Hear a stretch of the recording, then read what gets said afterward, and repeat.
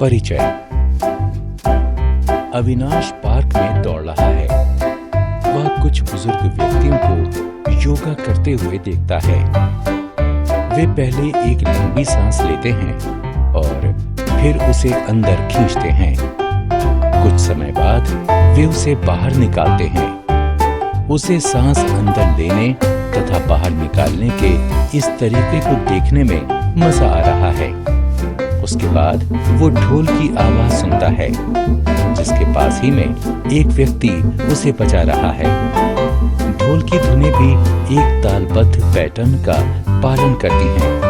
बच्चों, इस पाठ में आप पैटर्न के बारे में विस्तार से जानेंगे। आओ सीखें।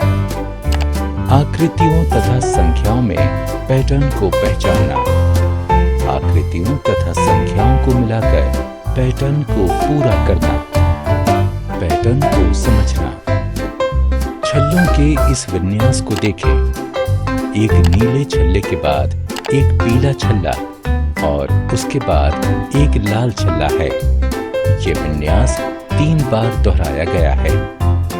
जब वस्तुएं एक निश्चित क्रम में पुनर्व्यवस्थित होती हैं, तो वे एक पैटर्न बनाती हैं।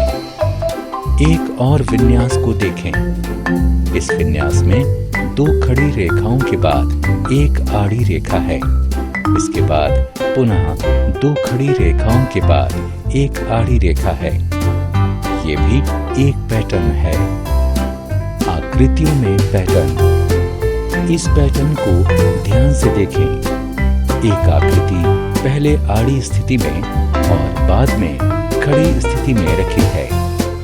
ये स्थितियां अनेक बार इसी क्रम में दोहराई गई हैं। अब इन त्रिभुजों तथा वृत्तों के विन्यास को देखें। क्या हम इसे एक पैटर्न कह सकते हैं?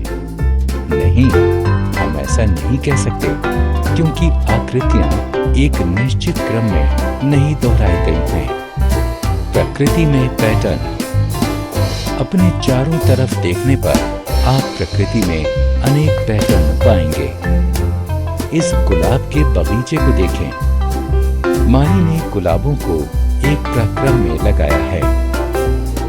यहाँ लाल गुलाबों के एक जोड़े के बाद एक सफेद गुलाब है। इन इंद्रधनुषों को देखें। प्रत्येक इंद्रधनुष में रंग एक ही क्रम में होते हैं। संख्या पैटर्न। संख्याओं में भी पैटर्न हो सकता है। आओ हम इसे देखें। 1, 3, 5, 7, 9, 11, 13, 15। ये संख्याएं एक सी नहीं हैं, फिर भी हम इन्हें एक पैटर्न में कह सकते हैं। क्या तुम बता सकते हो ऐसा क्यों? जी हाँ, एक दूसरे के आगे तथा पीछे वाली किन्हीं 2 संख्याओं का अंतर समान है। आओ हम संख्या के एक अन्य पैटर्न को देखें। 5, 10, 15, 20, 25। क्या आप बता सकते हैं कि इन संख्याओं का विन्यास क्यों एक पैटर्न है? बिल्कुल सही। पास पास की किन्हीं 2 संख्याओं का अंतर 5 है। हम ये भी कह सकते हैं कि हम पिछले अंक में 5 जोड़कर अगला अंक प्राप्त करते हैं। बढ़ती तथा घटती हुई आकृतियों का पैटर्न।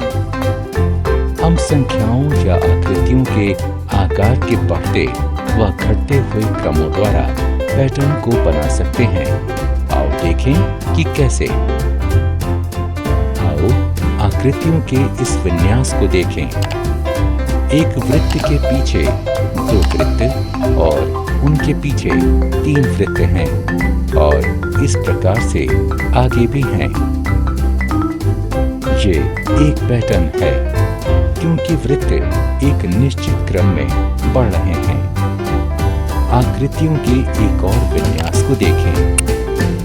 5 बड़े भंवरों के बाद 4 छोटे भंवरे और उनके आगे 3 छोटे भंवरे हैं और इस प्रकार से आगे भी हैं।